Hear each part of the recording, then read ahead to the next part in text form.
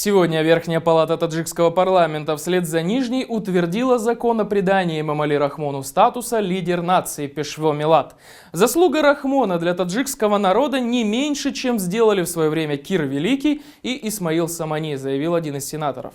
Ректор Таджикского национального университета Мухаммад Юсуф Имамзада, выступая перед сенаторами, заявил, что объявление действующего президента Республики Эмомали Рахмона лидером нации есть отражение народной любви к своему славному сыну. Новый закон предусматривает, что обращение и выступления Рахмона после завершения его президентских полномочий в обязательном порядке должны быть учтены при принятии решений по внутренней и внешней политике Таджикистана. Ректор убежден в том, что закон никакого отношения к авторитаризму и культу личности не имеет. При этом сенатор известил собравшихся, что в стране будут учреждены орден и госпремия лидера нации. Кстати говоря, частью общепризнанного культа личности Иосифа Сталина была его личная сталинская премия. Ее платили из личных средств Сталина, его зарплаты вождя народов и гонораров с издания книг за рубежом.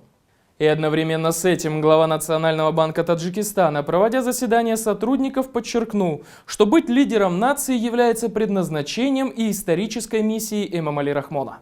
Сообщается, что руководящий состав и сотрудники главного банка страны выразили глубокую поддержку принятию закона, признав историческую роль Рахмона в качестве лидера нации. Сам Джамшед Нурмахмадзада особо отметил историческую роль президента Таджикистана Эмомали Рахмона как лидера нации в создании национальной государственности, обеспечение мира и национального единства, а также обеспечение радостной жизни благородного таджикского народа. Интересно, что вместо того, чтобы срочно заняться финансами страны, например, стремительно катящейся в минус бесконечность стоимостью Самани, главный банкир восхваляет своего шефа. Между тем, согласно данным Центробанка России, за 9 месяцев этого года в Таджикистан через системы денежных переводов поступил лишь 1 миллиард долларов. Это более чем на 65% меньше прошлого года. Для сравнения, в прошлом году было отправлено 3 миллиарда долларов. Мигрантов, работающих в России, сократился по всем направлениям, в том числе и для Таджикистана.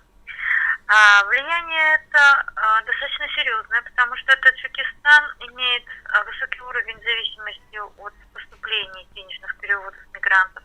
Они фактически полностью финансируют текущее потребление домашних хозяйств в Таджикистане. Таким образом формируют спрос на внутреннем рынке Таджикистана. И сокращение доходов приводит к сокращению внутреннего потребления, а соответственно к снижению розничного и оптового оборота.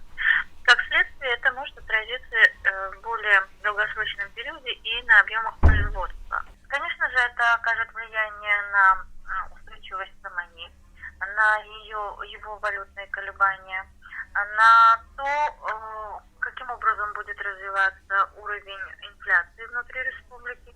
И это, конечно же, окажет влияние и потребует определенного действия со стороны правительства с точки зрения макрорегулирования Национальным банком Таджикистана, валютного рынка Таджикистана. Воздействие будет у всех участников рынка и государственного населения. Сможет ли республика выйти из этой ситуации? Да, очевидно, у нее есть определенные ресурсы для смягчения негативного эффекта, но полностью исключить его она не сможет.